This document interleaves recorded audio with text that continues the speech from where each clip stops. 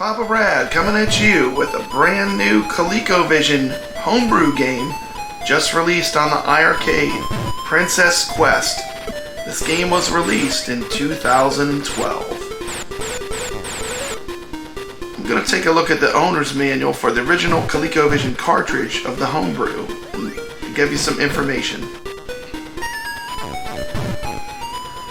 Let's talk about how to play Princess Quest.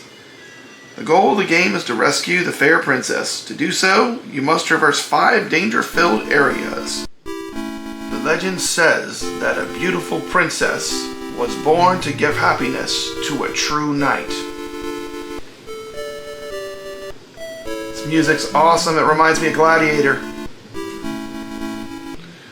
An evil king with magical powers kidnapped the princess, taking her far away to a demonic kingdom. She was made a prisoner in a castle. To reach it, a knight must travel without fear through the darkness.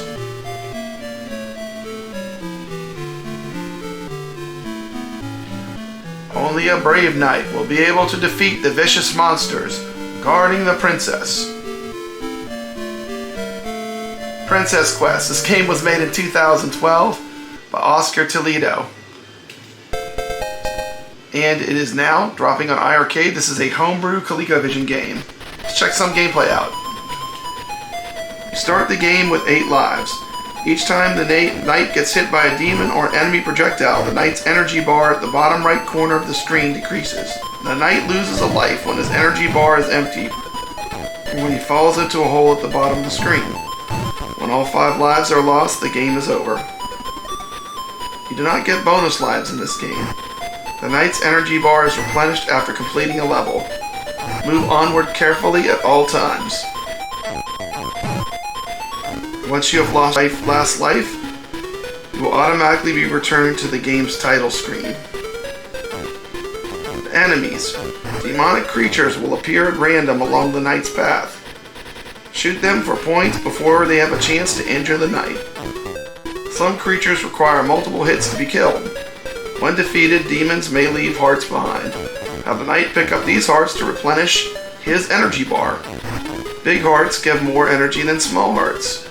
The boss monster you will encounter at the end of each level is much stronger and deadlier than the other demon minions. The boss's energy bar is displayed at the top of the screen, and the boss will be defeated when his energy bar falls to 0. Learn to avoid injury in order to outlast these monsters in battle.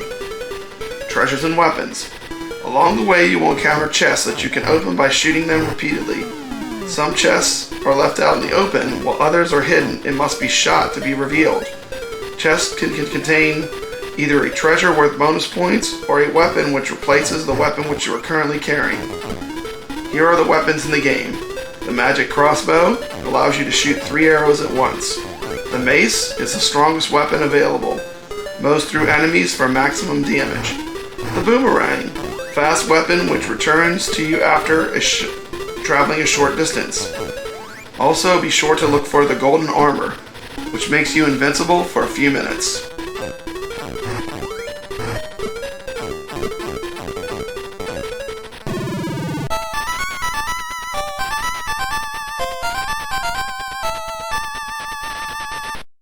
Here's a card that shows you all the enemies in the game.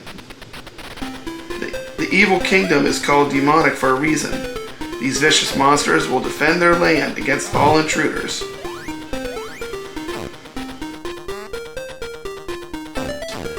The demonic kingdom has 5 levels. Level 1 is the desert, level 2 is the forest, level 3 is the cemetery, level 4 is the cave, and if you make it that far, level 5 is the castle. Here's some tips and hints for playing Princess Quest. Along the way you will encounter rocks that will block your way. Simply jump over them and keep going. When the energy bar is low, find a relatively safe spot. Let demons come at you and shoot them for hearts. Resume your quest once your energy bar is sufficiently replenished. It's important to look for hidden chests, which can be located anywhere. Many of them will contain treasure. Some may contain useful weapons. In the cemetery level, The beheaded knight will not face you until you have collected 5 crosses. The number of crosses you have collected is displayed at the top of the screen. Having the right weapon in hand can make a boss fight much easier. Okay, so now for my ranking and opinion of this game. This is definitely a retro game. You know, you have to keep in mind the limitations of the ColecoVision. From the research I did, I found out that this cartridge is the biggest ColecoVision cartridge as far as memory that has ever been made. The game itself, I like this game a lot. It's a very good retro game.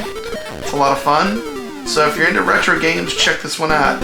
I'm going to give this one 8 out of 10.